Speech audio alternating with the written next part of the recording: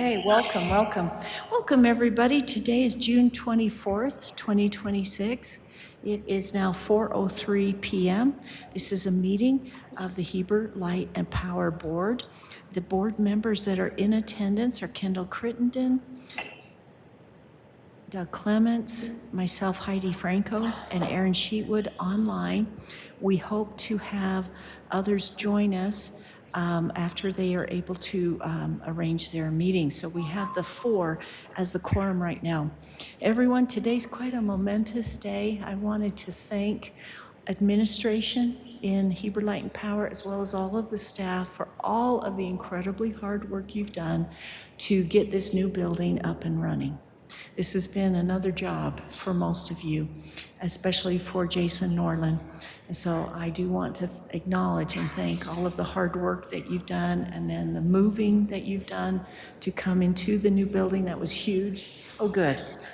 Morgan Murdoch, board members, also just joined us. I also want to thank all of you that have moved all of your operations to this building and made sure everything was up and running for us today, as well as for the open house. And I feel like the open house was quite a success.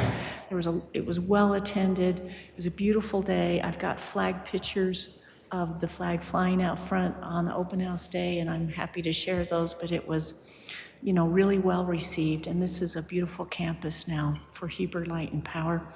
I'm looking forward to when phase 2 will happen so that the rest of the campus can be organized, reorganized, and work as efficiently as possible for our ratepayers. So definitely wanted to mention that and thank all of you. Okay, everyone, the first item on the consent agenda is the May 27th board meeting minutes, the May 2026 financial statements and warrants. And I just have a couple of minor changes on the minutes, please. On page 2, it says gas plan substation, but then of course later it says gas plant. And if that could be changed, that would be great. And Bart, question for you.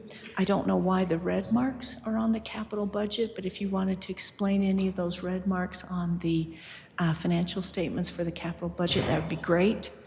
And then I thought, and Adam, you can correct me if I'm wrong, I thought in the minutes that we had to put the time that we went into the closed session and came out of the closed session, and that was not in the minutes, and I was hopeful that we could add that. Okay, so with the time on the closed session, pages 3 and 4, the plant title, not just plan for the gas plant substation, and then do you want to explain the red marks on the capital budget that were different than what we saw in the audit meeting? Yeah, those red marks are just where we've spent money on capital that was not budgeted.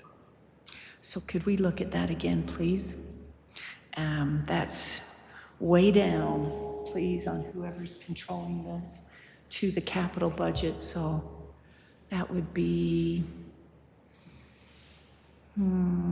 quite a bit, yeah. A few more pages, please. Thank you, that's great. Boy, that's so nice. I don't have to squint. Very nice. I think that's towards the bottom, actually. Page 17. Yeah, there you go, page 17 from the top. Of the packet. This is the manager's report. You're gonna, yeah, that's different. If we could go back to the consent agenda.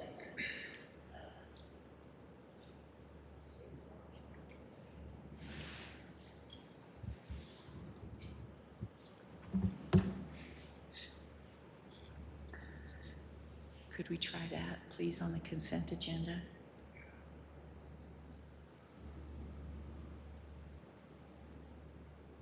I'm not sure who's controlling the screens right now.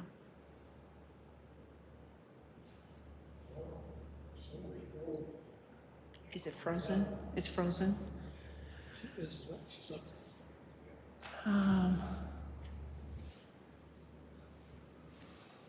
Bart, do you have any totals on how much we're over budget on that? 10. Currently 120,000. So just so Morgan and Kendall know, the question came up in audit committee about our capital spend and how much we're spending, and we had discussed some of these projects weren't approved, and so we went through and added a color indicator. Great. And I'm colorblind. There should be 3 different colors, or, well, or no, 2 colors. There's orange and then there's red. The orange is when we've exceeded budget, we had budgeted money. And the red is we didn't have any budgeted money, but we spent money. And so if you was to look at, we're getting close there. Like we bought a Mini X as well as a trailer to haul all of our equipment on. They were not budgeted items. It's an item that came about as a result of our new fleet mechanic. He was actually, I think appalled is probably the right word, that we were hauling equipment the way we were hauling it, completely out of DOT compliance. So we bought that Minnesota trailer as a transport trailer to haul our equipment around. And then the Mini X, we have been historically renting a Mini X and a skid steer and a backhoe. We rent them on a 3-year rental, and in looking at the cost of the Mini X, the amount of money that we'd get after 3 years of usage and then selling it out on the auction, we're actually money ahead to buy it than to rent it. So we've adopted that approach, but it was not in the capital budget for this year. The tech shop wiring, that's some wiring work that had to be done on that shop that we did not have in the budget. It popped up. Bolt bin, truck box, that Spire GNSS, they were not budgeted, but they were tools needed as we brought on additional manpower. The orange ones, so our kayak-driven projects, we are over, but we have the money, we collected the money, so even, we still highlighted it to show you that we exceeded what we had budgeted.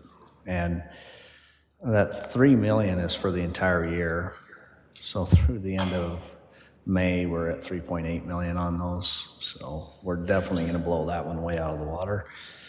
The Ford service trucks, we actually have bought 4 of those trucks, but the 3 that we had budgeted, they were significantly more in cost than what we had budgeted. Part of that was due to the beds that we put on them. So, did you have a question, Doug? Or?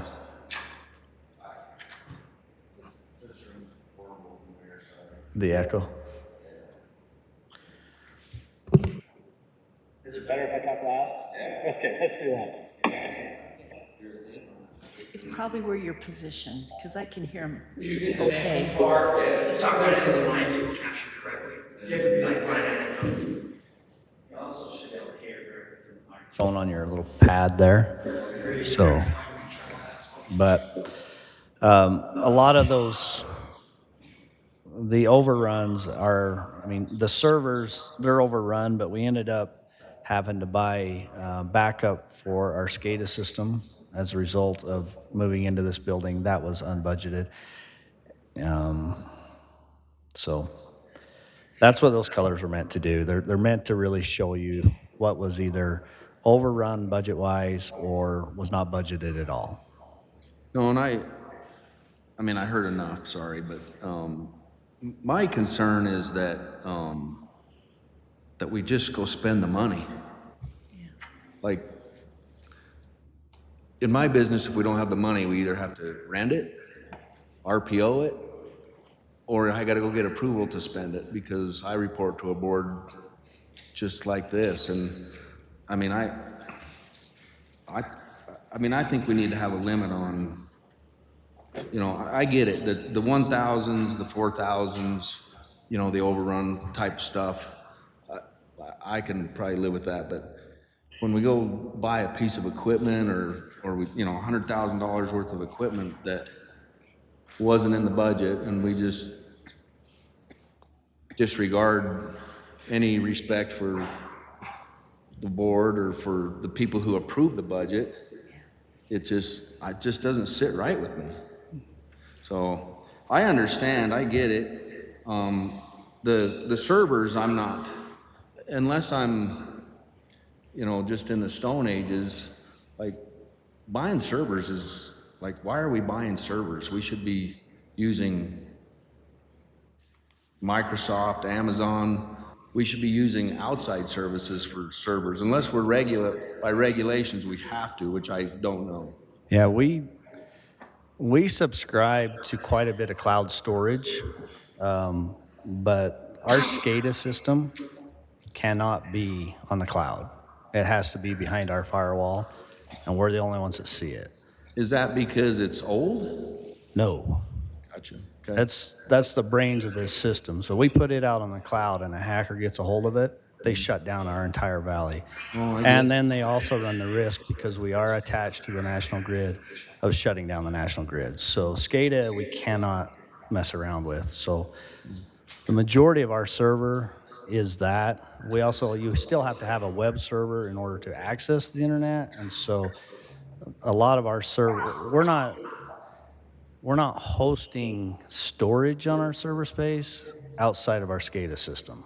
So, am I correct, Colby? Did I? I think we generically throw the term server around, and really it's like the network stack, and it's the redundant failover on the SCADA side, which is a fully air-gapped network that again can't have any sort of public access to all that stuff. And that's the controlling network for the entire utility infrastructure, separate from how you may run your business, or like even our business side, right? Administratively, we run an entirely another layer for the business side outside the SCADA side as well.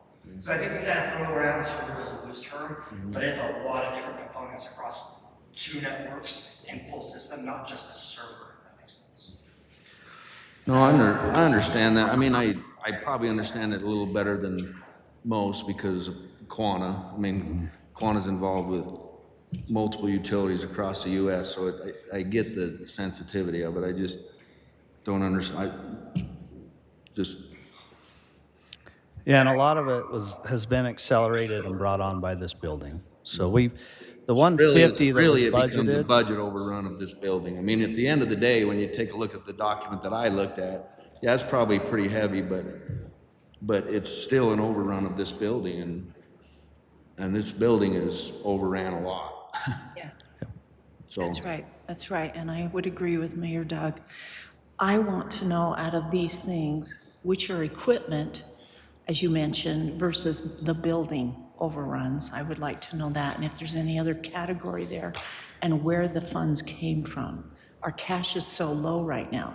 How much of this is going to be impact fee eligible, which of course was supposed to be at the first of the column? And Jason, I don't know if you can move that over a little bit so we can see those symbols of where this is going to be funded from. No, the other way, please. There's no symbols up there. There's no 'cause symbols. Well, there you go. Those have But been spent. how much of this is going to be in the building overrun budget, which we've never really approved, and yet the bond was supposed to pay for, and now it's over what, is taking more out of the bond, of the last bond, not the latest, I should say, the one before that, compared to what's impact fee eligible or what's coming out of our cash. I don't feel like we discussed this at the last audit meeting. Well, the majority of these came directly from our cash. So, obviously, the $900,000 overrun on the kayak came from our customers' cash.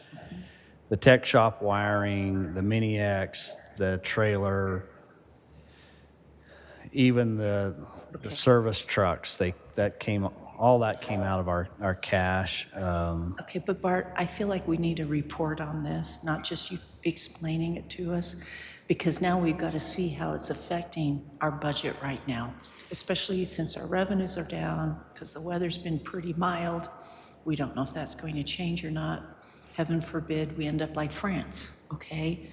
Or Beaver, for that matter. But I want to know how this is going to affect our budget, because this is a lot of spending that we didn't know about. Well, given going where over we're at on budget. the year for our capital budget, we're in golden shape. So, Well, I don't see that mean- from the numbers when we scroll down and I see how far we're over budget there. That's what I need to know. well, That's what I we can need get to you know. that number, but I can tell you right now that what you guys approved last November for a capital budget for this year, due to the timing of some of our projects, they're not coming in. And so we have the cash set aside for it for this year. But it's going to take away those other projects that, when they do come in, is what I'm saying. Yes and no. I mean, as we mentioned in audit committees for Kendall and Morgan's and Aaron online, I keep forgetting you're online, Aaron, sorry. But for the three of you's sake, we are artificially keeping our cash reserves on hand.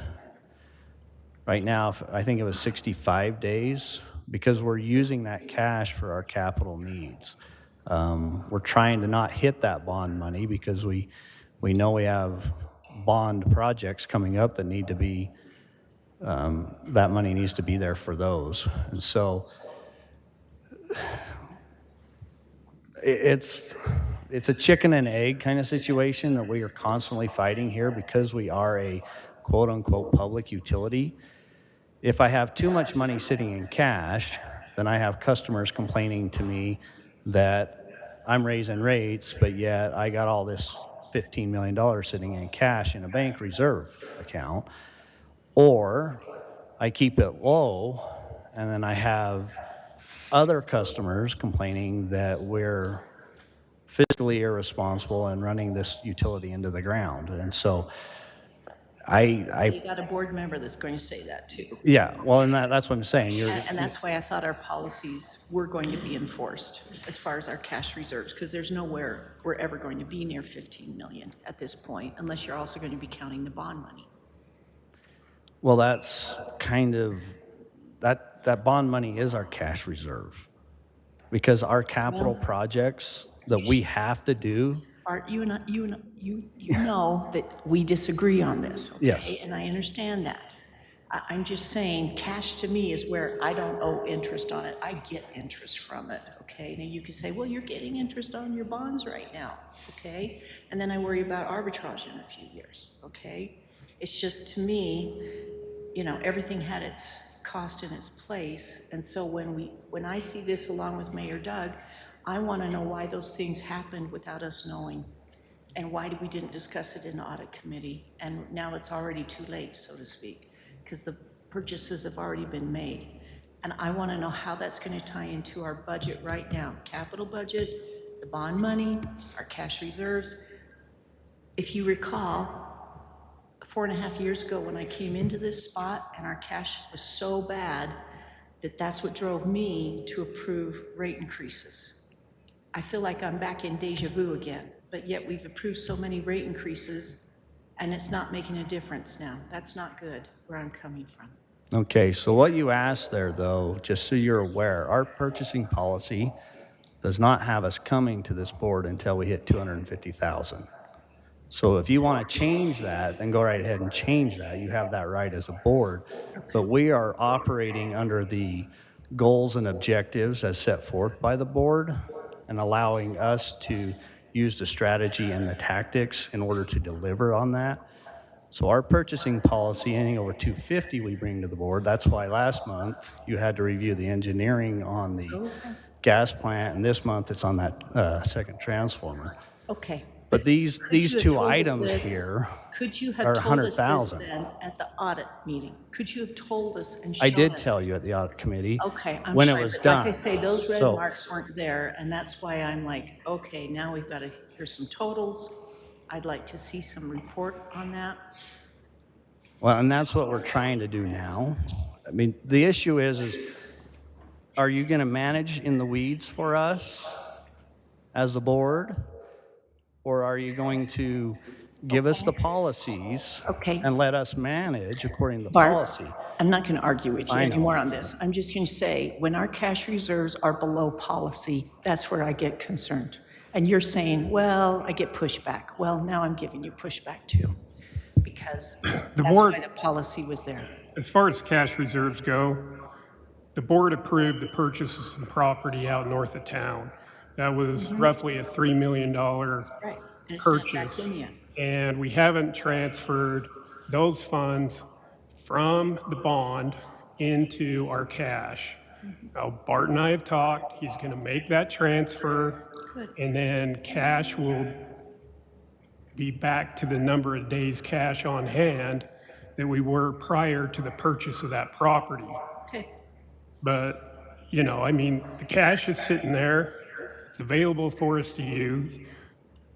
And from what I'm hearing here, we'll make that transfer, that 3 million that was a board-approved purchase, and transfer that money from the bond into our cash account. So that's already in the works. I appreciate that.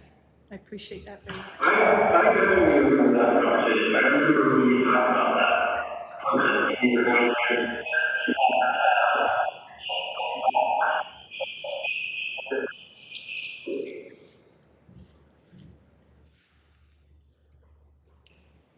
Did you all hear that? Yeah.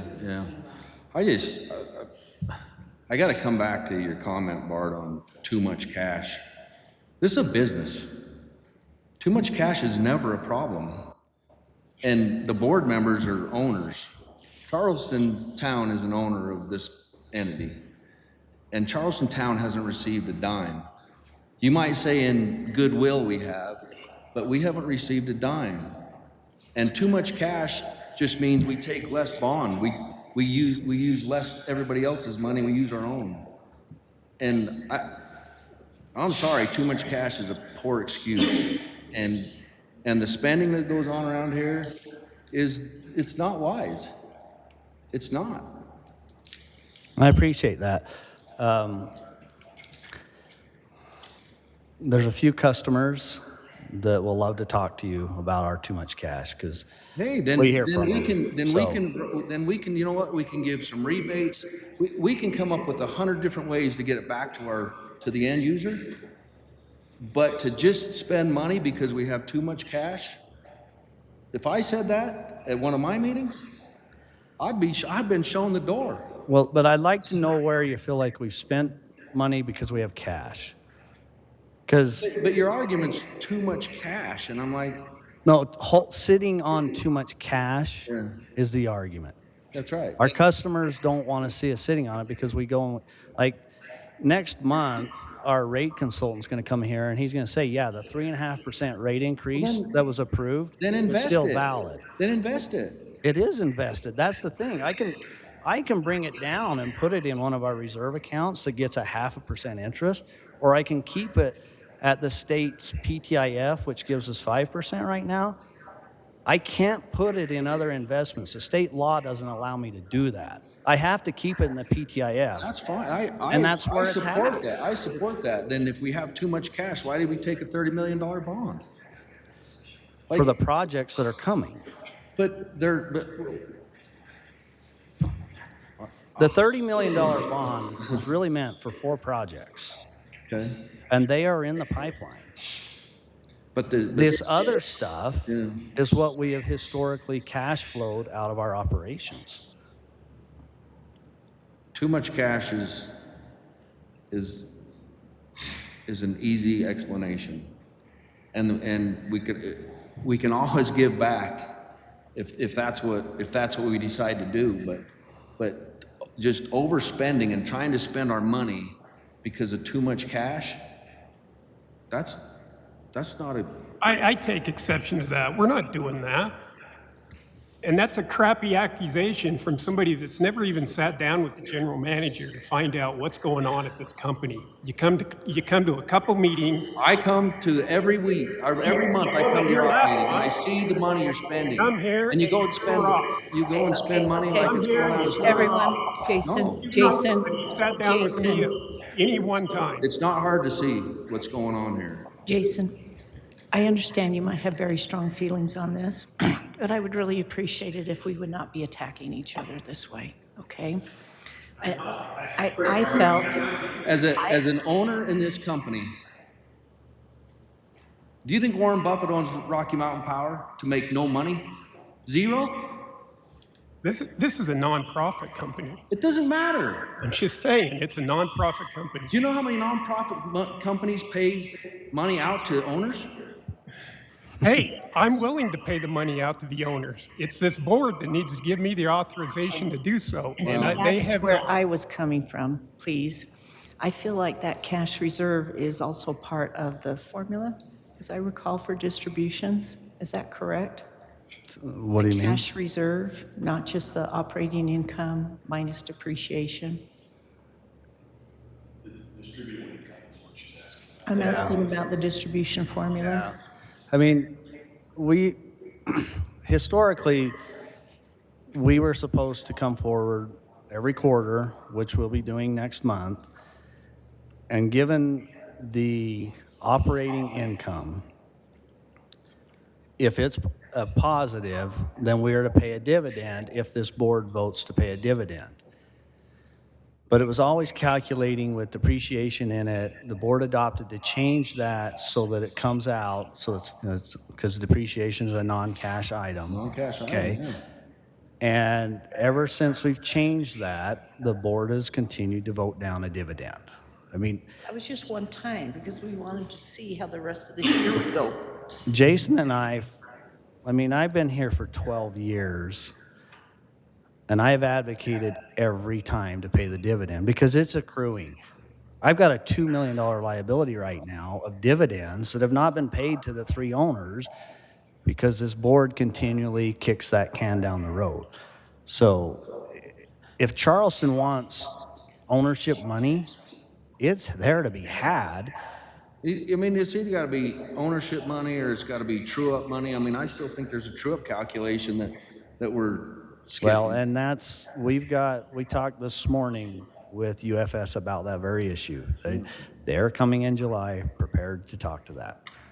So, I mean, I just want to get it right and right by, the town of Charleston, who I represent.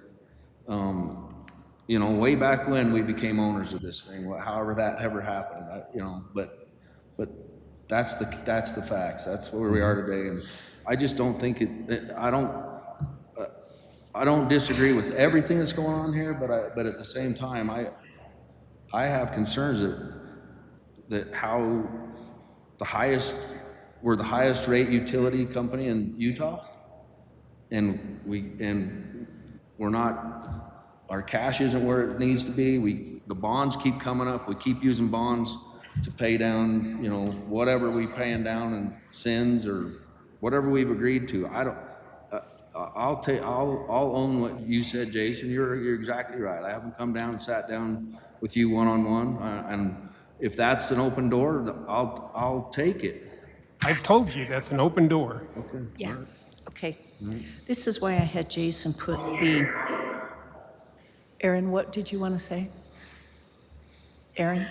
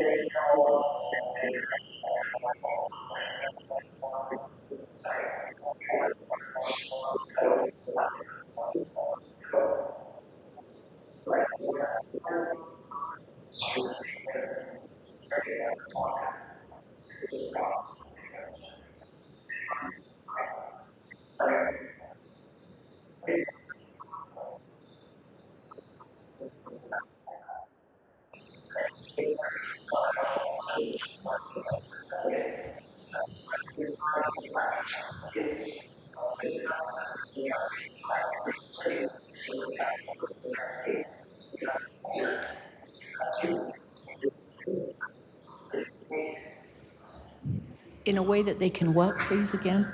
point two.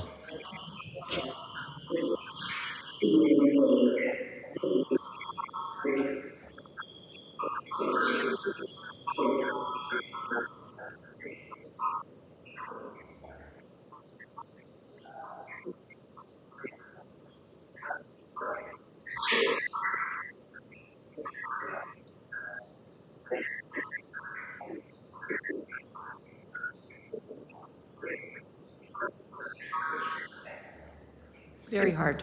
I agree. Let me see. Okay. Does the colors make sense? They That's how do. we got on this They journey. they do, and I really appreciate you pointing them out clearly, but I would like us to reconsider the $250,000 purchasing policy. Is anyone else interested in lowering that threshold? So that we would have more input before the cash is spent.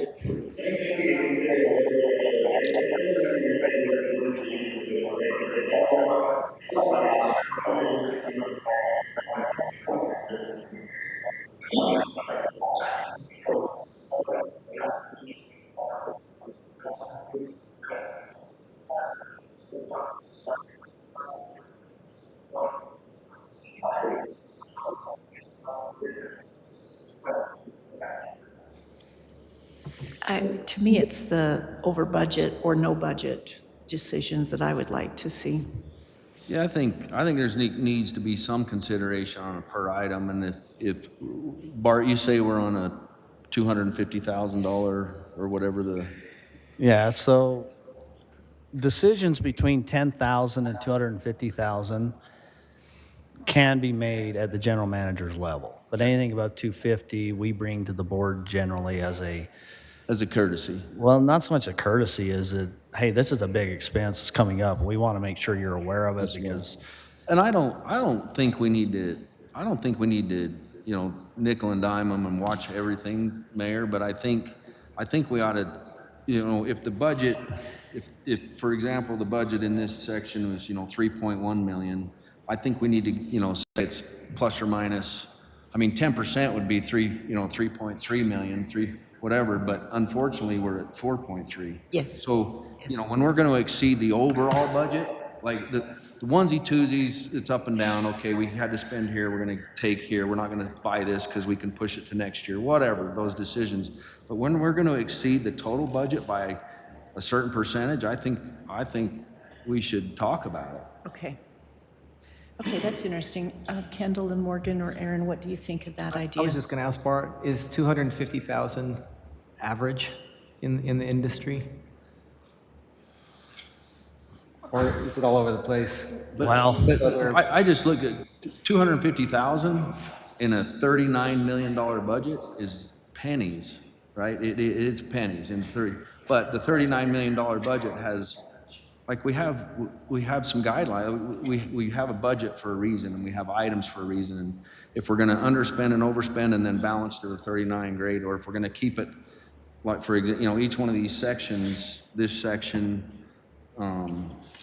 you know, projects capitalized in service. What this section of the budget's $3.1 million, and it comprises of, you know, 8 to 10 items there on the left.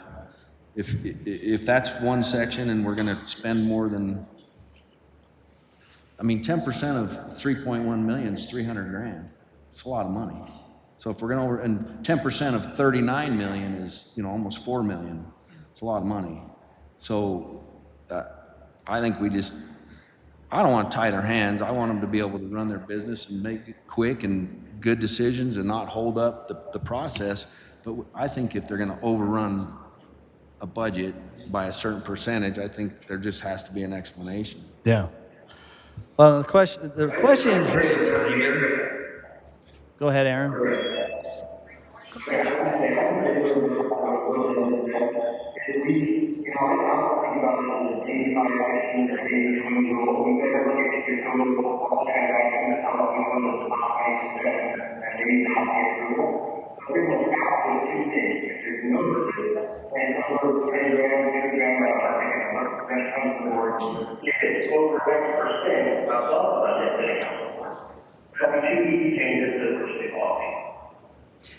Yeah, I'd like to see that. Any ideas on over budget by how much? For staff to bring back to us? You said 10.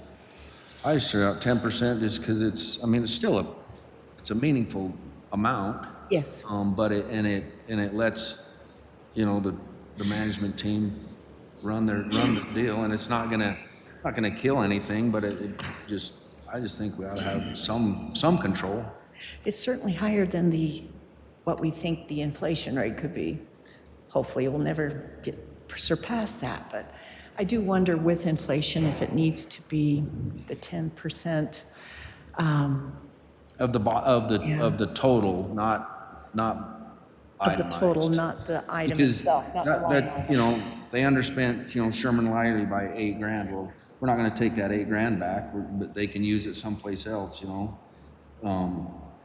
It just, or they decide, hey, we really need this mini X and the trailer, it's $100,000. What can we push to, you know, next year's budget?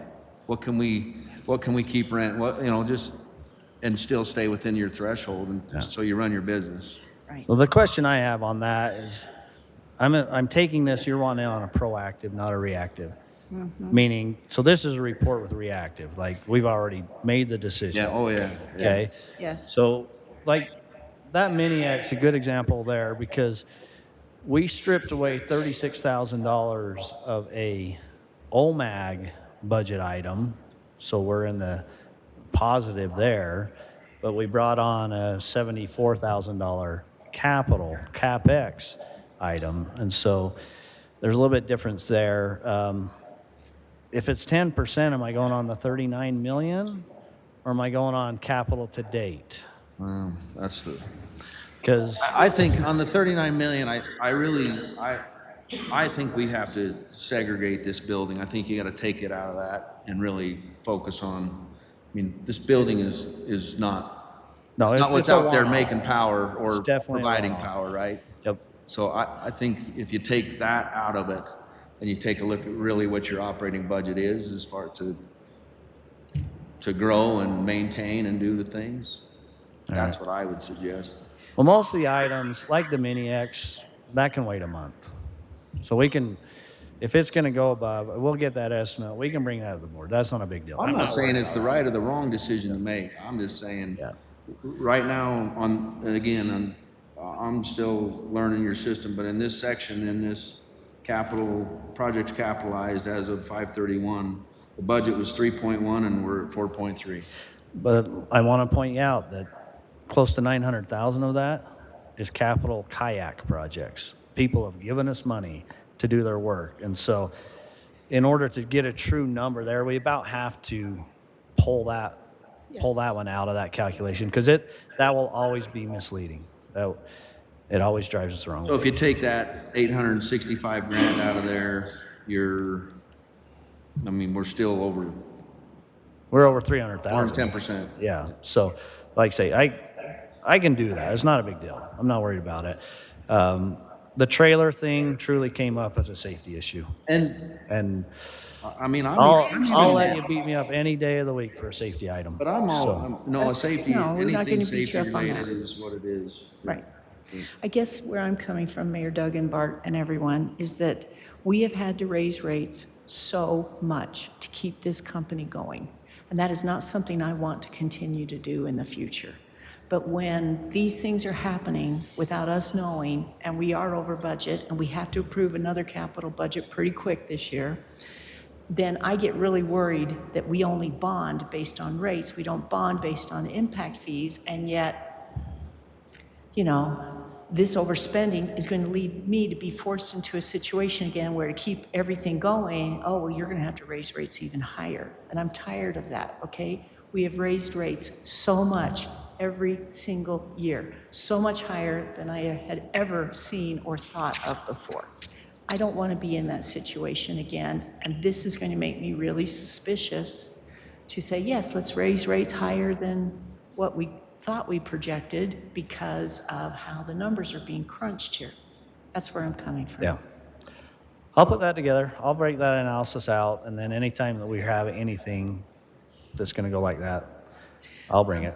I'm not worried about that. That's no big deal. So Bart, we would like you to bring back to the board, whoever is assigned to this, a change to that purchasing policy that if there's no budget for an item, we want to see it before it's purchased.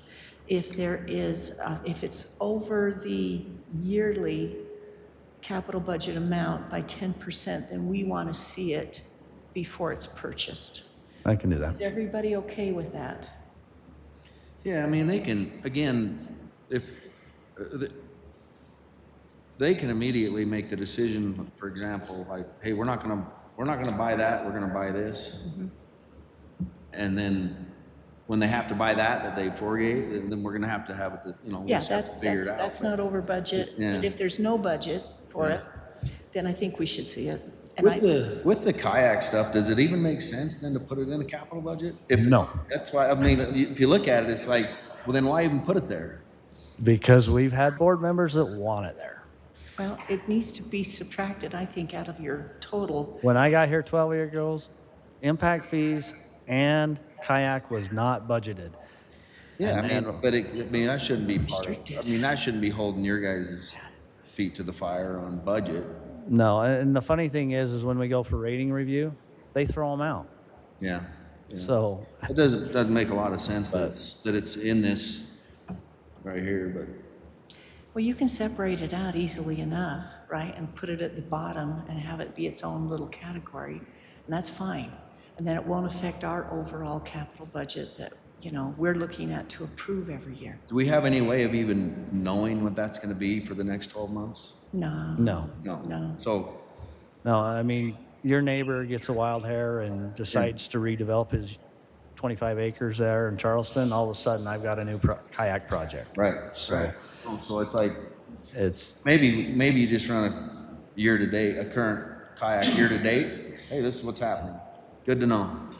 Okay, so we're looking at the yearly budget overall minus kayak, right? On these capital projects, and if you can stick kayak down below and let it be its own line, so it's not added into the total, that'll be great. And then we should be able to track it better. But is that possible to get that board policy, potential board policy to come back to us? I've got it in my notes to bring the purchasing policy back to the board. Thank you very much. Okay, does anybody else have any other concerns with the consent agenda? you still want Adam to address the other item that you brought up? Please remind me. Because you wanted to talk about this, and then there was one other item you mentioned. The times for the closed sessions? Yes, that was it. I think he nodded, so that does need to be included. Hey, that look on Adam's face was worth the admission. I'm sorry. So, I know, I was like, what is this? Time is not required. The only times you actually have to have are your meeting start times. I've always seen it on all the other minutes. It's pretty standard. I mean, Yeah. Some entities put the times to the minute on everything. Yeah, So that is a board direction type item. okay. Well, I prefer to have it on just because I want more transparency there for the public to see, oh man, they spent a long time in that meeting. Or no, that was a fast one, wasn't a big issue because, you know, obviously we need to be transparent. Adam, there's one more thing I'd like, and I didn't catch if you sent out your report to us. Did you send out the report today? Just right before the meeting. Okay, I don't know if you can send them out a day earlier because then I can ask you questions about it, but I don't know if you and Jason have come up with a plan yet for how to address the safe harbor wildfire protections for Heber Light and Power in state code. I'd like to hear about that. I think all of us would. And then I can check, was that in your report? We're working on it. I have some draft language that I Good. circulated to a couple other attorneys that do a lot of lobbying work at my firm. So when I get what we think is the best approach, I will serve. Morgan has asked for our city lobbyist, excuse me, to come to our next city council meeting on July 7th. And I would really like to include this language and plan with the lobbyist discussion. Okay, if you can, What was the date? July 7th is when they will come. I should say when Dave Stewart will come, and Morgan and I would like to include this interim committee strategy study for the safe harbor of wildfire protections to be given to Heber Light and Power, or UAMPS for that matter, if we can get UAMPS involved in this. Has UAMPS ever addressed this yet, Jason? Do you think they'd want to? Yeah, I could talk to Mike Squires about it. Myself or Adam can, yeah. Well, is there any way that you can elevate your discussion to UAMPS, just because we would probably need to bring everybody on board that we could to get this, rolling, I hope. So if you could please get that to us or send us a report Yeah, that I will- we I'll can send it. present. Does that sound good, Morgan? Okay. All righty, back to the consent agenda. A couple of changes, pages 2, 3, 4 on the minutes. Riley, are those good for you? Okay. And then there's also the financial statements and the warrants. Bart, I would appreciate it, and then board, if you want to make it in your motion, that Bart separates out kayak in the capital budget and puts it on its own line item at the bottom, so it's not counted in our budget overalls. That would be, I think, a wise thing to do. Again, I keep tinkering with these forms so they can really be clear and they can really give us the quick information that we need. And if you're seeing changes like that, then I really encourage all of the board or staff to say, how about this, right? Because we really want to have really accurate, really transparent financial statements each month for us and staff and our citizens. Is everybody good with any of those ideas? Does anybody want to make a motion, a question, or further comments on the consent agenda? I think that there was already a person that we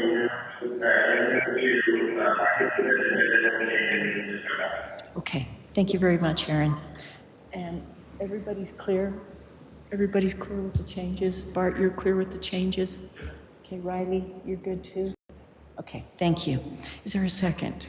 I'll second. Thank you. Okay, we're going to vote around the circle. And Aaron, you get to go last because you're online. Kendall? Yes. Yes? Yes. Yes. Aaron? Yes. Thank you. That's 5-0. Appreciate that very much. The next thing is the discussion and approval of the Southfield Transformer Engineering. And Bart, that's back to you, please.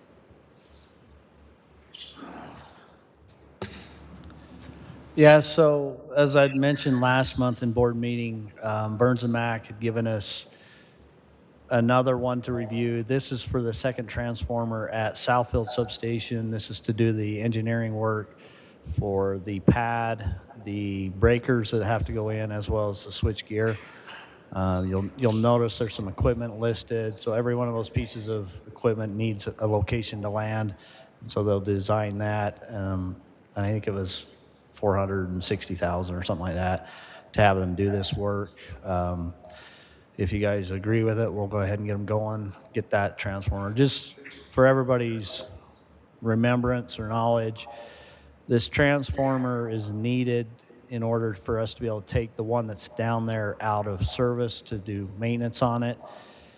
You'd like to be able to go 10 years before you got to do maintenance, but we've been having an issue that's a warranty issue. But even though it's a warranty issue, we need to be able to get it out of service to fix that warranty issue. Therefore, we got to get this second transformer set.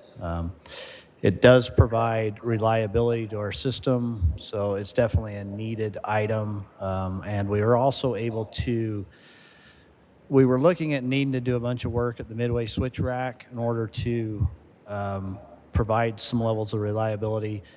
This second transformer, we were able to take the capital plan for that project and shift it over to this one because this one can do much the same. Eventually down the road, we'll want to address the midway switch rack, but this buys us time on that project. So, Can I ask, can the 439,000 plus be reimbursed because of the warranty? this is completely separate. We would eventually have to do this some point down the road anyways. What this warranty item did is it actually bumped it up on our list, our time frame. If you used to look in our capital plan, we were planning to do this in the 8 to 10 year range. Yeah. And now it's current. And so the warranty, even though that work will be fixed under warranty, moving this forward in our capital plan doesn't have anything to do with that warranty. It's our quickest solution to fix the issue. We could still go into Midway and do the work at Midway, but we can get this transformer quicker and get the same resultant effect by going this route. So How long is the warranty on the first transformer that needs maintenance? we were 5 years. Yeah, we had a 5 year. We're almost 3 into it. Yeah, yeah. They'll be here in September. We will be trying to get here this week to make it happen before summer loaded. Okay. So we really can't recoup anything other than it's supposed to get fixed when it's taken out and so forth. Yeah. I mean, if this thing has to get boxed up and shipped back to Columbia to be repaired, then having this transformer sitting there will be very beneficial to us. I mean, we couldn't do it without it. And so if that's the level the warranty takes, but like I say, we either had to do some serious work at Midway or we had to get this transformer here. So, And you guys have weighed all the cost benefits for Oh, either yeah. going the Midway route or this maintenance route or the new transformer route. Can I ask, does the warranty reset another 5 years after the maintenance is done? No. That's kind of sad, isn't it, for such an expensive? That's the way transformers work. It's very difficult. That's how it works. Oh, that's really pitiful. Any other questions on this? Just so I understand, so when this project, when we're done, we'll take it to RFP, it's basically ready to bid? Yes. So 100%, send it out for RFP for contractor to bid it, and that's the entire scope. Yes. Yeah. And right now, I don't think we'll have it for next board meeting, but it'll probably be in the August board meeting, the transformer itself. What do we think the actual construction, like, what this project's gonna be if it wasn't in the budget? If the engineering wasn't in the budget, obviously the construction of it wasn't in the budget. We had 3.7 million in our capital plan For this? for this project. Okay. So, Just wasn't this year. just wasn't this year. Okay. Yeah. So, we had, like I say, we had about that much in that Midway switch rack, but we just pulled it over into this project. We had 9 million on this project in 8 years. So we're hoping that we can come in,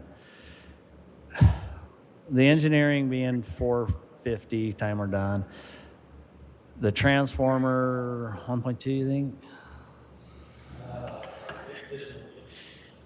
They'll be close to 2, right? So, and then, I mean, we're probably another 2 million in breakers and switches beyond that. So you're at 4 there, 4.5 with the engineering, probably 1.5 on the construction. So You're pushing 6, 7. we're hoping to come in around 8 underneath the 9 that we had 8 years out. So why is it I can get an extended warranty on an appliance in my home, but we can't extend the warranty on this initial transformer?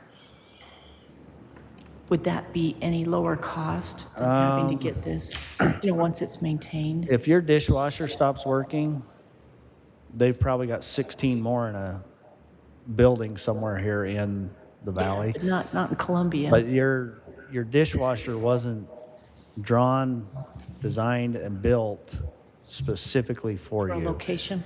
And so that's like the gas plant transformer, for example. Okay, we put that thing on order over a year ago. We are now getting to the window where they're going to start building that one. They're going to start doing the design on it. I mean, and if you guys have a chance to ever tour a transformer facility, you really should. And you can go down and see all the cardboard and paper and the wire that gets wrapped into those things. I mean, it is every Not real cardboard, right? Not real cardboard. You're Yeah. teasing on that, right? No. Okay, just checking. It's real cardboard. Yeah. Boy, that's expensive cardboard. Yeah, it's, and the funny thing is it's just vegetable oil in there with it for the most part. So this is an expensive vegetable oil. Do No, it's, like I say, every transformer is designed for us. And so it is one of those things where they'll warranty the operability of certain items for a little while. But like when the last gas plant transformer had a bushing explode, 35, 40-year-old bushing. Finally, the fracture and the crack of the glass finally let enough water in that it just, and you can't warranty that stuff. Yeah, Any other questions on this? hard to warranty cardboard. Okay, sorry to be snarky, it's just so expensive. So expensive. Any further questions on the Southfield transformer engineering proposal? Any motions or comments? I'll make a motion to approve the Southfield Transformer Engineering as is. Thank you. Thank you. Okay, let's go around the table again. Just a second, please. Kendall, are you ready? Yep. Thank you. Is that a yes? Yes. Okay, I vote yes. Yes. Yes. And thank you. Passes 5-0. We're next on the discussion and approval of the Heber Light and Power Safety Manual. Jason, I can see you've gone through it and done a lot of good cleanup and added in several things. Do you want to present on that? No, I've sent this out to the board a few times as we've been creating this manual, just as a just a board information. We currently operate under the American Public Power Association Safety Manual. Our safety committee really felt like, we were getting big enough, we were getting complex enough. The real generalized manual, left a lot of gaps. And so we took on the task last year of, it's almost been 18 months ago, of creating our own safety manual that's specific to the Heber Light and Power system, the voltages, the equipment we have, and we're to a point now to go to print. I think we've done our final edit, and that's in this packet. I've sent you several other versions over the course of that 18 to 24 months we've been putting this together. So I think we're to a point now to where if the board approves this as the Heber Light and Power Safety Manual, then I will go to print with it, and this will become the manual for all of our employees. Do you feel like you've hit everything you need to at this point in it? I'd like to, thank the safety committee. We have, a safety committee that's put in place every year. We've had members of that safety committee that have spent a lot of time on this manual to help us get it. And these are longtime Heber Light and Power employees that know our system very well, know the complexities of it, and a lot of time and effort has been spent by linemen, substation personnel, generation personnel on this manual, and a lot of good edits from trades folks throughout this process, and I feel really good about it. But I would like to give a shout out to the safety committee, because they have done a lot of work on this. Thank you to the safety committee. Really appreciate it. Can I ask too, before we take any motions or further comments, how often are you training based on this manual? And then what kind of training are you doing, and how's that working for you and the staff? So we bring ESCI in once a month to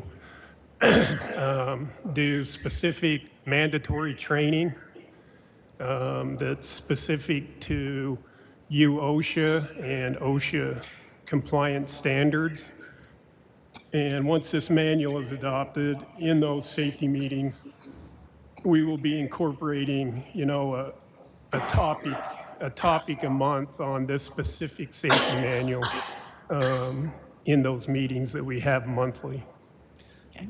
Does this go through, or is there a process in place for daily tailboard, JHA, everyday huddle meetings that they're? Yes. Okay. It's explaining all that. Yes, this goes into detail on, how the tailboards and the hazard assessments are to be Identifying identified. hazards, all this stuff. The truck walkarounds prior to putting the equipment in place. This manual goes into those types of details. Also has appendixes for, the forms that they should be using. We've modified some of those forms to go into, their mobile workforce applications so that they can do them electronically. That's and digital. be Good. stored. Good. And so yeah, like I say, this, when we went down this path, I thought it'd take a year, and it ended up taking a couple. It's worth it though. Yeah, I think it's going to Really be a important. valuable asset to the company going forward. And then do we tie any kind of reward, and maybe Carly knows this too, completion of training or excellence in the training? Is there some kind of reward? Yes, we have a safety incentive program that the safety committee, once a month reviews. Each department takes on safety topics, and they try to embed those topics into other departments, either through flyers, conversations, That's right. text messages. They tend to get very creative with how they go about it. And safety's our top priority here. It's the first thing I want everybody here to think about when they come in the door, and I want them to think about it as they're leaving, because they went home the same way. So, safety committee has a big job, and like I say, I rotate people through that safety committee. If I see I got dead weight in there, I move them off. If I see I got somebody that's really worked their butt off on it and is getting burnout, I move them off. So, kind of try to keep it rotated. Well, I like that, because then it gives more people the opportunity to look at it in a different lens and hopefully encourage themselves as well as others to continue to be safe. Okay, Just a minor detail on page 114. okay. It just I'm says trying to go organization down there. name. Says organization name in parentheses, and maybe you'll catch that in your final read through. There's probably some that you just have to insert. Yeah, I inserted the a heat exposure kind of policy in. That hasn't been run by the company that's helping us put this together. I wanted it run by them before I finalize that, but that'll get finalized prior to us going to print. Perfect. Okay. Any other comments, questions, motions on the updated Heber Light and Power Safety Manual? I make a motion that we approve the Heber Light and Power Safety Manual as has been presented in the packet. Thank you. I'll second. Thank you. Okay, we're ready for the vote. Kendall? Yes. I say yes. Yes. Yes. Thank you. That passes again 5-0. I'm sorry I'm coughing so much, everyone. You should know the air conditioning makes me cough. Isn't that just sad? I think it's sad. Okay, now we are to something I asked Jason to put on the agenda. Everyone, we have a lot coming at us through November. We have a lot of decisions that are going to be made. And the point of the training was to help us get ready to make a lot of really critical decisions that you're seeing right here on this board calendar. We have our rate plan coming at us with the financial analysis. We have a UANS member conference, but that's not where we have to make decisions. That's where we learn to get help. But then we have the strategic plan coming at us. We will give the budget directives and also do that for the capital plan in September. These are really big ticket items for the board to lift the rest of this year. And then the goal is to have the public hearing and the budget approved in November so that you can attend at least one other function with family perhaps in December instead of having to come to one more Heber Line Power meeting where it's sad to me to invite the public to give up their own festivities for December to come to a public hearing here. So we have to work hard and we have to work fast. And if you have not been able to meet or attend all of the board training, even though we have another session today, then it's really important to put the pedal to the metal, come in and meet with Jason, meet with the department heads, and just get that better, bigger understanding of what you might have missed, because otherwise you're going to have some holes and some gaps when it comes to making these decisions for the board. Okay, and don't worry, I'll be right there with you still asking questions as many years as I've been on the board, because this organization's an onion with a lot of layers, as I keep telling Bart in audit committee. So does anybody have questions on what those particular items are? And as we move forward, I guess I'll say, does anybody have questions or comments on what's presented here? I guess November, I was Meetings looking. earlier? Yeah, we've shifted that up because of Thanksgiving again, right? Yes, yes, so everybody please check your calendars for that earlier November meeting too. And But that, well, let's see, November 16th is a Monday. is it, let's check that really quick, everybody. Thank you. Okay, so it looks That like. should be the 18th. Yeah, The looks- regular meeting will be on the 25th. Okay, yes, that's the Wednesday before. I think we're good for that day, right? So we'll change the board meeting to November 18th, please. That's probably just a typo, I apologize. No Yeah. worries, very Just trying close. to- Is there any other date we better check too? November 18th. Let's see.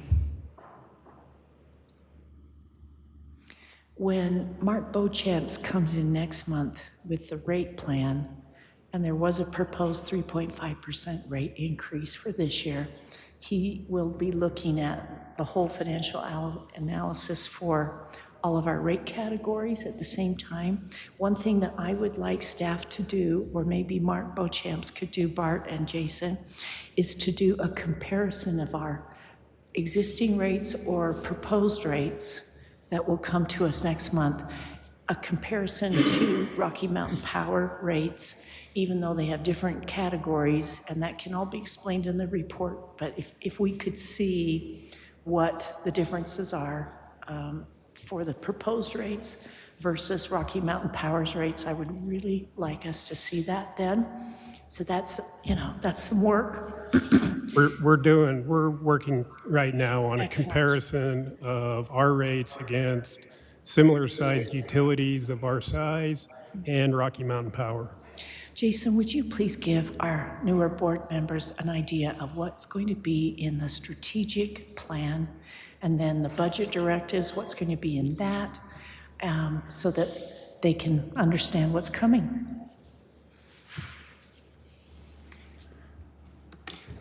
Yeah, budget directives are, well, the strategic plan is really your plan.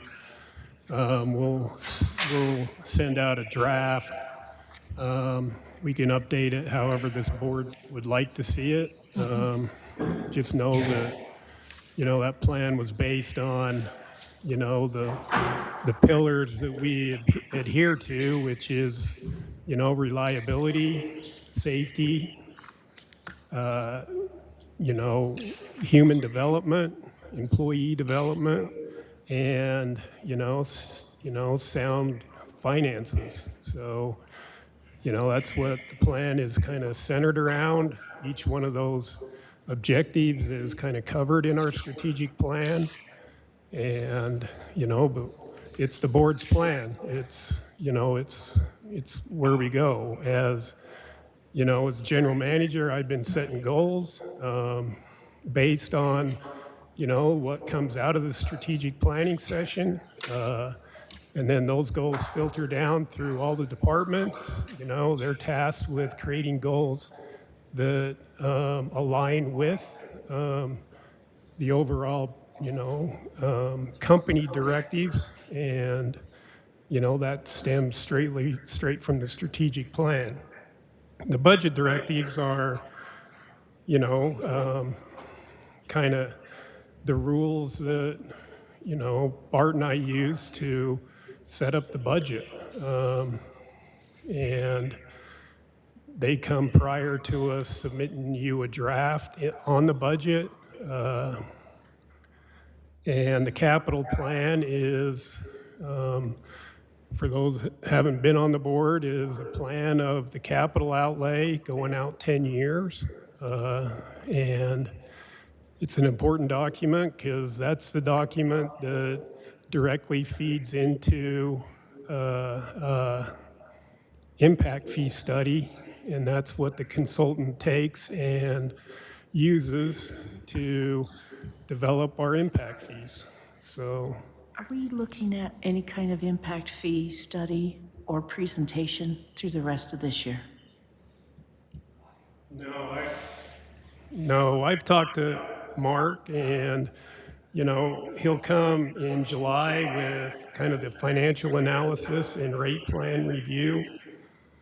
And then right after that, I'll get him going on impact fees, but impact fee, like hearing and that type of stuff for Mark to come to probably would not happen until like January or February of next year, where we just raised impact fees too. So, you know, it'll be time to, you know, set a new impact fee next year. Okay. Any other questions, comments? Sorry, on the UN's conference, are you registered in the past for board members that are going, or do you want us to do that? I think on the UM's one, you should get a link, you should get an email. I think it's easier for you to register on your own because they have the options that they have you register for the activities, the guests. Yeah, we did get a link. Let us know and we'll make sure that we Yeah, there's a link in this. There's we'll make sure that we get lodging. also a waiver. We'll take care of the lodging. Yeah. Okay. And the conference, let's see, is there a cost for that? No cost to the conference, On the lodging, okay. but there is a waiver that you need to complete if you want to partake in an activity of some sort during the off-conference times. Is that part of the registration? I think that when I did it, it wouldn't allow me, even though I don't plan on doing any of those things, it wouldn't allow me to complete the registration unless I uploaded that form. That's correct.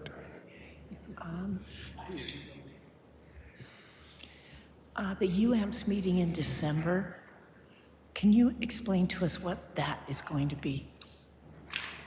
Yeah, that's just their annual meeting. It's a half day down in Salt Lake. They usually get, you know, I've seen speakers there from the governor to, you know, congressmen to, you know, coming in to talk about the electric industry. You know, they brought in people that sit on the FERC. You know, it's a half-day thing where, you know, they kind of bring in some speakers. They go over the state of UAMPS. You know, there's a couple of speakers that go over kind of the state of UAMPS, the projects UAMPS is working on, kind of that. If it's possible to suggest that they hold that online, I think that would be really I've tried that, helpful. and they're not going to do it. Well, I understand they want their room full, but it would really be helpful, I think. Okay, any other questions before we move on? Okay, let's go on. Emily, your turn for the wholesale power report, please.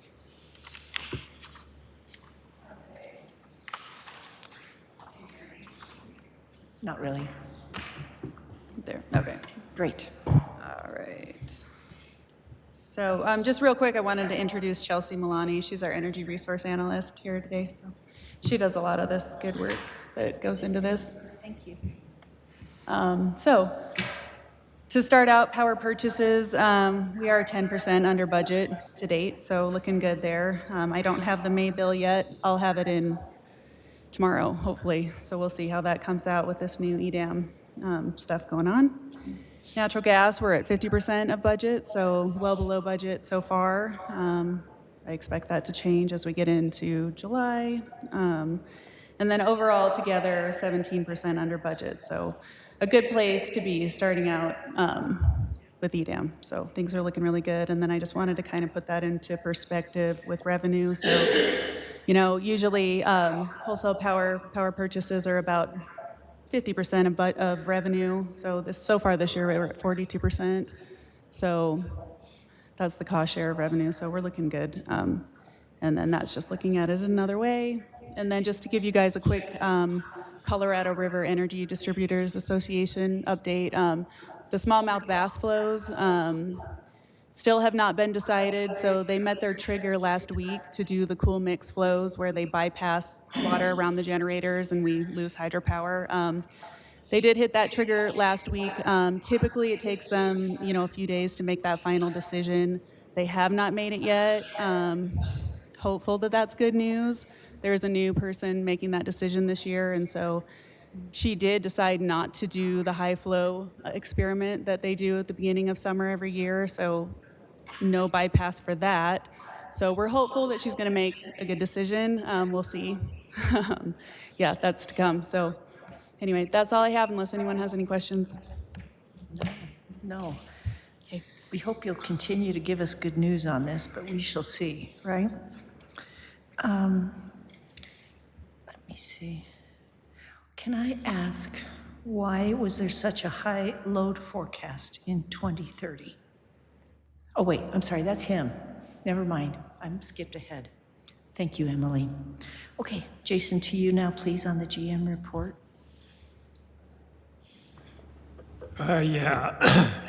Quickly on UAMPS. Pretty much all projects reported. We did have a pretty long meeting in the Hunter project in which we discussed coal pile for quite a while and complying with coal pile policy with the Hunter project. And the committee decided to go on a 7-year coal pile plan in which that will be funded initially through Hunter reserves. And then after that, the Hunter project will use a line of credit to continue to get those coal pile reserves put up. And as soon as we start going to the line of credit, then the Hunter project overall power cost will start to go up. There was a lot of discussion within the committee of going with an option of just cashing out the coal pile. There's some risk associated with that due to the continual change of PacifiCorp's integrated resource plan.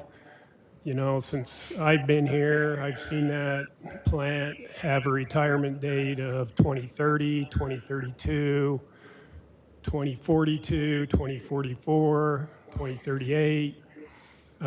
So the committee was conservative in going with kind of the 7-year plan on the coal pile policy instead of, you know, dumping it all right now, getting the coal coming in under contracts and then having a coal pile that you don't know what to do with if they decide to retire the facility in 2032. So we felt like the 7-year option was kind of the best way to go there. the steel solar project up at the Idaho-Utah border. The committee decided to go forward with a study project for putting batteries at that solar farm. And the committee did put a cap on go, no go. If it was at $16 per kilowatt month, if those batteries came in at under that, then we would consider proceeding. If the study came back and it was over $16 per kilowatt month, then that would probably kill the batteries being installed at that project.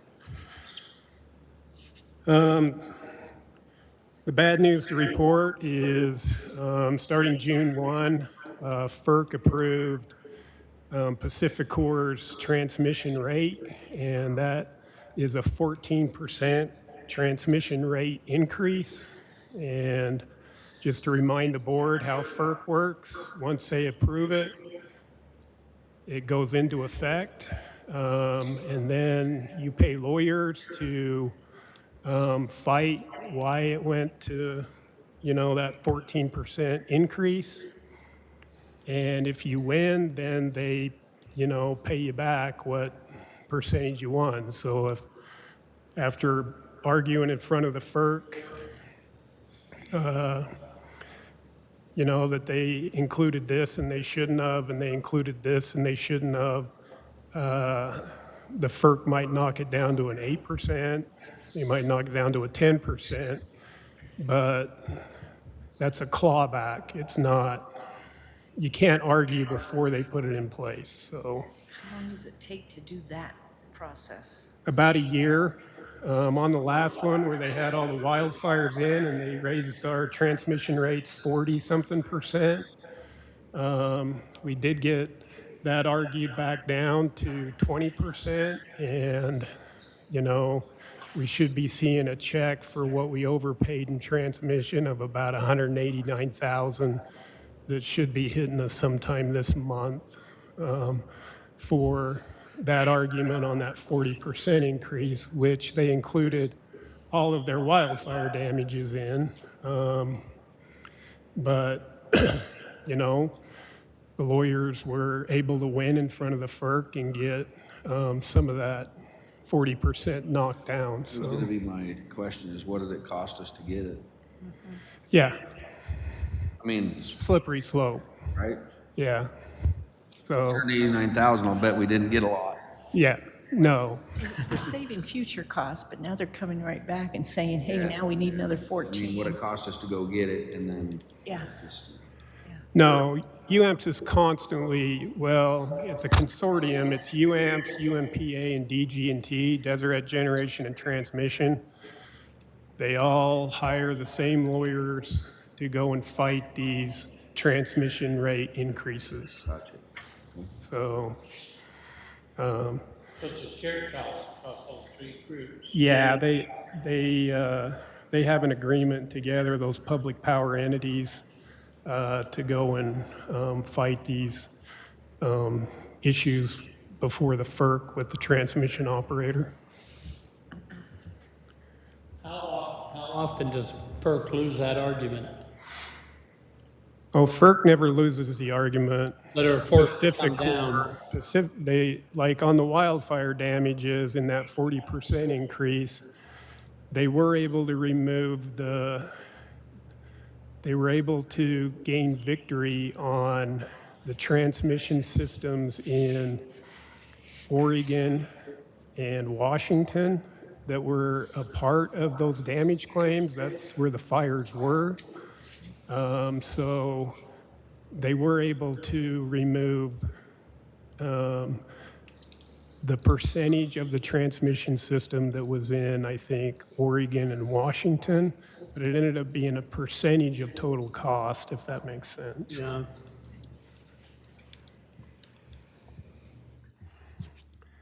IPA update, not much to update there. They did have a couple of maintenance outages on both units 3 and 4. that's pretty typical after doing the initial startups. We were able to get through them. And, you know, they're still having some issues, some trips, but they're trying to get those things as stable as possible going into the heavy load season. And I think they're up and running right now, both units at the loads that the purchasers need. So I got a quick wildfire update. I know it's not on the agenda, but it's wildfire season. I just want to remind the board that as soon as we go into a red flag warning within our service territory, all our circuits will go on one shot, which means they'll operate once and go to lockout.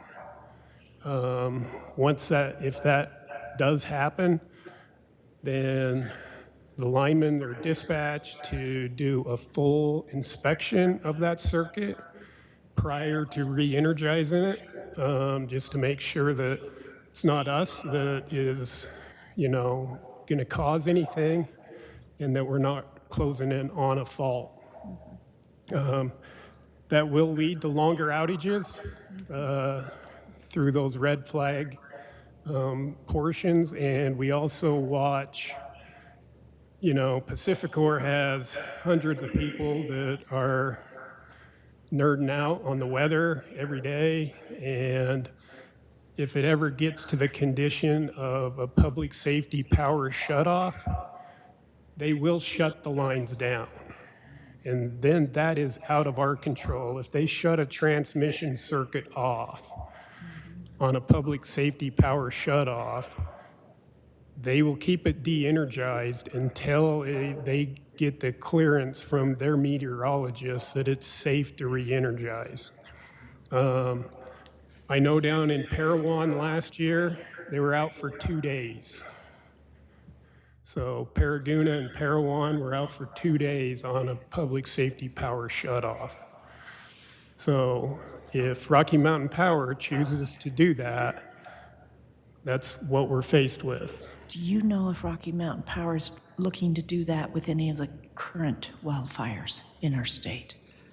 There are lines de-energized right now for the Eureka fire, and they currently have a warning for a power safety or public safety power shutoff beginning on Friday for almost all circuits from the Salt Lake Valley south to Cedar City on the Wasatch Front is the last notification that I had.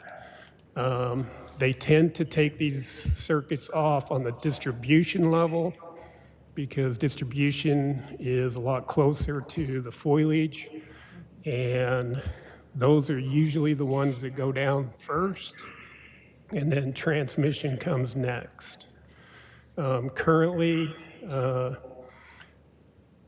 we are not in the red flag warning area for Friday or Saturday, but the weather is changing very quickly out there. And as soon as we go to red flag, all of our circuits will go to one shot. And, if that desk at North Temple and all those people decide to do a public safety power shutoff in Wallsburg or Hideout or one of their customers near us, then we will be determining whether we do public safety power shutoffs on our high-risk circuits.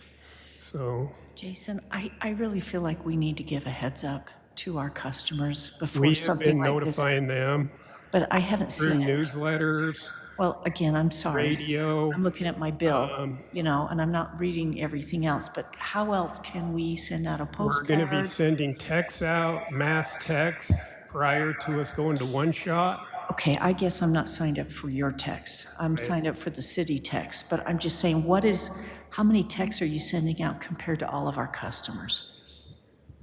We can send texts out to all of our customers. Have you done that Oh, before? yeah. Why is it I'm not getting it then? Maybe it was under my husband's phone number, Sure, which we is no get them longer when there. there's an outage, we get Yeah. notified via text. Yeah, I do. Outages, we're notifying outages via text. So have you guys heard of this then, of what he's talking about? Yeah, The warnings that are out there, because I feel like I haven't. yeah. I mean, you've got to physically subscribe to some of these warnings, but I get a text message as soon as Rocky Mountain Power goes into a public safety power shutoff. Notice of the potential. And the potential, yes. Yeah. And then there is a website. We have a page, and also you can text our dispatch number and opt in. I'm trying to look for that on the website right now. Can we perhaps put that at the top of the website, Colby? For get emergency text for wildfires or needed shutdown, something like that, right at the top. Okay, I'm trying to find it on the website. And again, this is the phone version, not the tablet version. Is it Outage Center? Okay. Okay. Shell City's working right now on a wildfire page specifically for wildfires, but that's our outage map. Yeah, And then great. there's the dispatch phone number there under outage Yeah. communication. You can text that number to get information. But So I don't have to say anything else. I just put the number I can't in. remember what happens when you text it, but if you can opt in that way, but we will check your contacts. Yeah, it's better to update your contact information for your accounts with both your number and your husband's number, because then it ties into your address and everything like that, so that's the best way to do it.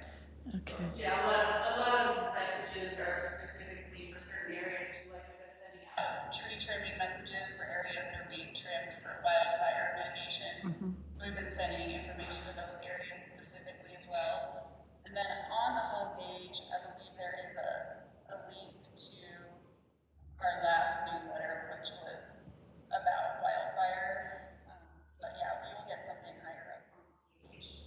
We have a text ready to go to later this week to kind of let everybody know, because we're probably going to be putting these in one shot this weekend. So we kind of have some messaging ready to go. Didn't want to necessarily do it today because we can't until it's really happening. So anyway, it's. You know, people are going to be looking for it right off the bat, and we're already getting emails to us in the city about, why are you allowing fireworks? We don't want to fire here. And, you know, like I say, Chief Hales immediately agreed with what Jason sent out from UAMPS, and we're trying to get an emergency meeting together to do the personal fireworks ban on private property, and that they can only come to do fireworks at one location, you know, where it's hopefully the safest for our whole valley. So to me, I think people are looking for that and would really appreciate being able to know, okay, I can get information immediately. I don't have to dig like I am trying to do. And you might encourage them to sign up, you see, for outages. As soon as we come, the way we've talked about it is as soon as we come under a red flag warning, and we're watching the sites, NOAA and others, and as soon as Wasatch County comes under a red flag warning, as soon as that happens, not the full-blown red flag warning, but they give you the advance notice. On Friday, there's going to be a red flag warning in Wasatch County. That's when we would send the text. Right now, Wasatch County is green and is not under any warning conditions.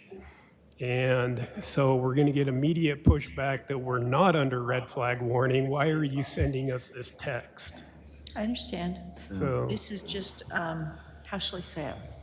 This is information for when and if that could happen. And I don't know how else you might want to say it. But to me, if you could put it up high on the website, you know, to be notified, right? To be notified of these things, please sign up here, right? And this, you know, a red flag warning means this, and then it could also mean that outages will last longer, things like that. right? So that people aren't surprised, because it's right up there at front. Jason, who issues the red flag warning? The red flag warning comes in from the National Weather Service. Thank you. Based on that, the UAM's message they sent out with Governor Cox, we put out a ban, Charleston put out a ban on fireworks. Thank you. And it will be voted in on the 2nd. So we sent it to all the residents, but, Yeah. and then talking with the Wasatch County Fire, are you capable of, do you have water trucks in your arsenal or no? No. No, gotcha. So we can't do a whole lot of fire prevention in susceptible areas that we're at risk. No. We do have relationships with Wasatch County and the fire district. You know, we attend all the meetings, we do all of that type of stuff. But no, we don't. We're not firefighters. No, Yeah. I mean, water trucks. They watch it very close. I made our water truck available, you know, Yeah. I mean, in the event, you know, Yeah. we'll, you know, everybody needs to help, so, yeah. Oh yeah, when it's red flag warning, I almost go to a stand down here as far as working within anywhere in that urban wildland Yeah. interface, you know. So, and then all of our trucks are equipped with wildland water packs. Water packs, yeah. Yeah. Yeah, okay. Great, great. Next up on the GM report, and this was in your board packet, is we did get some discussion with Pacificor happening on the north interconnection. And they gave us two options. There's this option A, which is a tap to that north substation off of their 138 kV, where they install a switch and a breaker on, you know, to feed that north substation. They gave us option 2, which is a ring bus.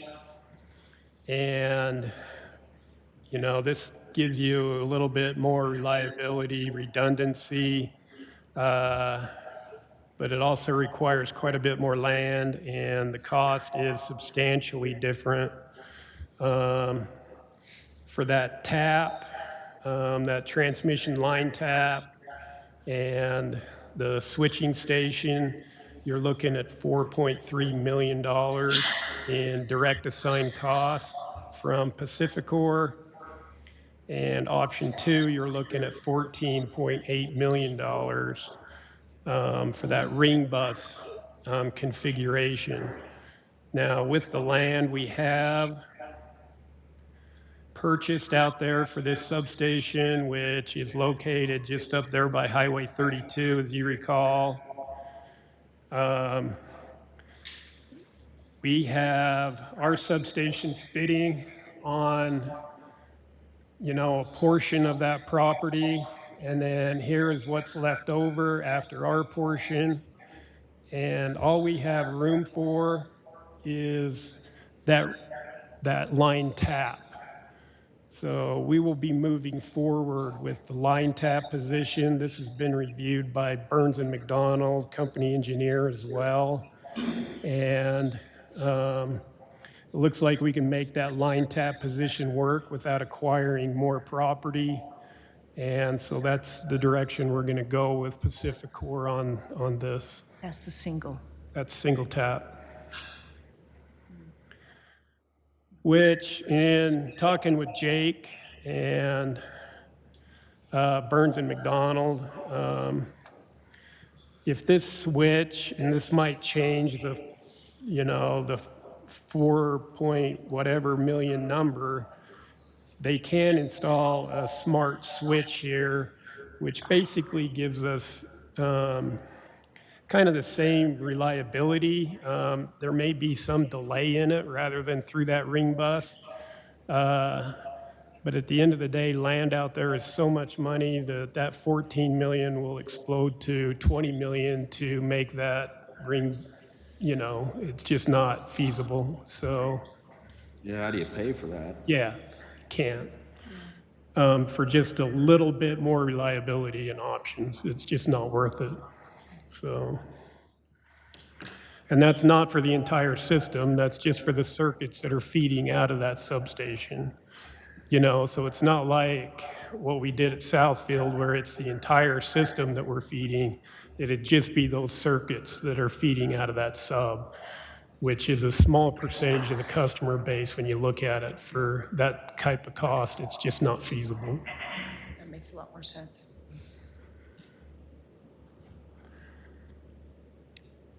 And with that, I am done with my GM report, unless there's any questions. Everyone, I'm wondering if the board would mind moving up the closed session to this point and then finishing that out and then coming back for the board training. Is that possible? I don't think it'll take a long time in the closed session, but is that all right? Sure. Okay. I would make a motion, I would ask for a motion to go into closed session to discuss personnel. And can we add pending litigation to that too? And litigation? Okay, we'll hit the litigation first then, please. Okay, so Aaron, did you want to say something? No, I can't. We'll get that forward and then going to take the training process. Thank you, thank you. Any motions or comments on that? I can second. I need a motion first. Oh, I thought we had a motion. I thought, He just said he wouldn't mind moving it forward, but he didn't make the motion. I'll make a motion that we go into closed session to address litigation and personnel. Thank you, Second, thank you. Okay, Kendall, you're first. yes. Yes? Yes. Thank you. That passes 5-0. Okay, we're out of closed session, and we will let Riley come back in for the board training. And everyone, I have been in meetings since noon, so I'm going to let you get trained, okay? Very sorry. we had a Olympic committee meeting at 6 o'clock. Oh, my goodness, really? Yeah, well, again, you've got to meet with Riley, okay, to get caught up on this training. And then I didn't see it in the board packet, though. I didn't see any training in the board packet. Because it was board training, I specifically excluded it because he's going to be going over our system configuration and our system map, and we generally don't make that available to the public. Oh, okay, so there's no way to record it and just send him a link then and keep the long link as you know. private? Huh? Is there a way to still record it and keep the link private and send it to Mayor Doug or Mayor Simons, because he couldn't get away from his wildfire meeting either? It's something we can go over again. We'll just put it on another agenda. Yeah. Does that mean you're going to hold it right now? It's one of those that you're going to ask a lot of questions on. So going over a recording probably isn't going to help much. That's true. I will just make a comment though that, on days when we do want to do training, I think we really need to be diligent at pushing this agenda to be on time. Like, training was supposed to start at 5. And I get it, we got hung up, but on days that we do schedule training, let's make because every time it runs into 6, 7 o'clock and everybody's like, I'm done with this program, we're not training, and it's not fair to the people who have prepared.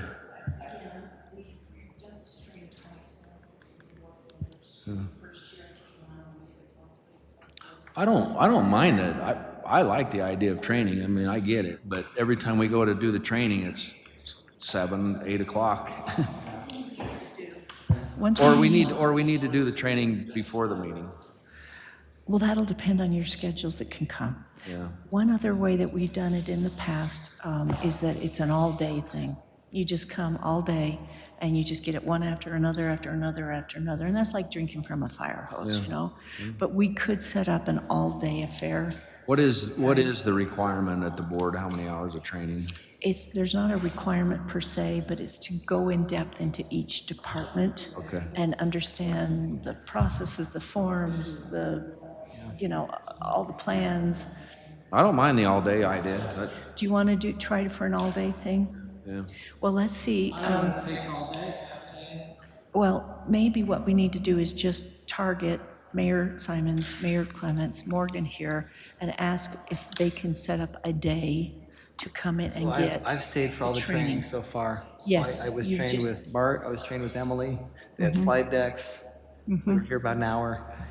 It is tough because we usually go late. So these trainings It might be is. at 6 or 6:30 or 7. So I have had the trainings that have been offered so far. Okay, so it's really the two other new mayors, it sounds like, Yep. that we've got to arrange for them to come up and do makeup training, right?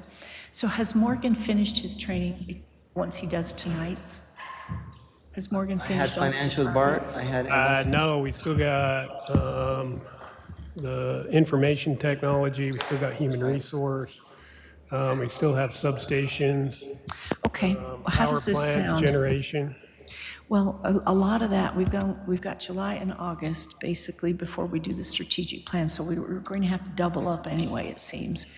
It sounds like I'll if the tell three you, of you them know, could get together, I've done these things so many different ways. You know, there was Clean Potter's Board. It was literally just make a time with a department head when you had time, and we'll make time for you to go through that department, what that department does, how many employees they have. You know, I mean, some of this gets pretty complex, and I've seen board members come in doing it that way, where they spend a half a day with a department head because it's pretty complex and they're interested in it.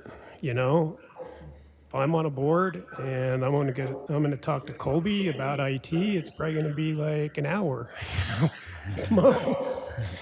But you know, talking to, you know, Jake on substation stuff, I might geek out and want to spend a half a day with him, you know, and go see every substation and what does this do, what does that, you know, so it can be tailored better, I guess is all I'm saying. Gotcha. okay, everyone, I need to adjourn this meeting, especially before I go, okay? So do you three, and Mayor Simons isn't here, should we just do it that way from now on so that they can finish up their board training and then you'll be able to help them know who they need to still go see? Yeah, what I'll do is have the department head send each one of you guys an email to schedule a time with you at your convenience, to come in and just, you know, sit down and talk to them. They may bring in some of their staff members and you can get to meet some of the staff around here. I think it's a more intimate thing than doing it at a board meeting. This covers it and gets you introduced, but it really doesn't give you the way this company really operates. But Okay. do you two feel comfortable with that? That's fine. I Sounds know better to me. Riley was scheduled for tonight. Are you planning on that? And if Yeah. so, I'm good to stay Okay. and go ahead and do that training and then any others. Okay. If you don't mind, then we can adjourn the meeting for now, because you'll only have maybe one here, you know, and then it'll be official. For the records, please, for Riley's sake, is there anybody that would like to adjourn the meeting? Make a motion to close our meeting. Thank you. Second. Thank you. All in favor? Aye. Aye. Okay, that's 4-0.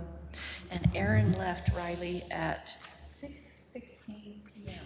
Aaron left. Okay, thank you. Hope you're enjoying the new building.